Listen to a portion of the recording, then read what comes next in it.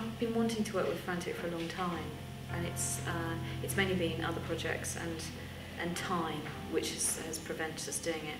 And actually finding the right time and the right subject for a play, really. So I had such a great time working with them on Tiny Dynamite, and I think I write very differently for them. You know, I often write for actors or maybe even directors in film and television, but I don't often do that for theatre. So, and I feel I write very bespoke plays for Frantic, and so it was really also about me having the time and the mental space to think about, you know, tailoring quite a fine suit for them, really. So that was really what brought us back together, and that's why it's been such a long stretch.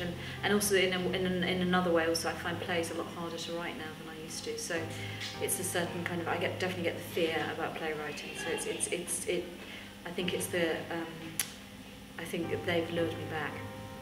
I think theatre is the place of language and ideas, and I think film and television, it's about plot and story. That's not to say that both of those things don't overlap. And for me, with theatre, it feels quite much more singular and much more authored, and really you have to have something to say. And so I often feel that I'm trying to give a sense of theme in film and television, often through the visual, whereas I think with theatre, you know, what you really have is language. I think it's a celebration. I think it's a celebration of the power of two, and that the notion that you fall in love with someone, but that what remains and what stays is a sort of core sense of connectedness, and that there's something very profound that you know, you come into your world on your own, and as you leave the world, you're surrounded by people helping you out. The joy of working with Scott and Stephen, as they tap away on their computers in the background and listen to this, but I think the joy of working with them is that they're complete amateurs, and I can bring something professional to the game. No, I think what's great about them is that I think they're very confident in themselves. Some may say cocky, and so as a result, they are very uninhibited, very open to you being in as much or as little as you need to be in terms of that collaborative process.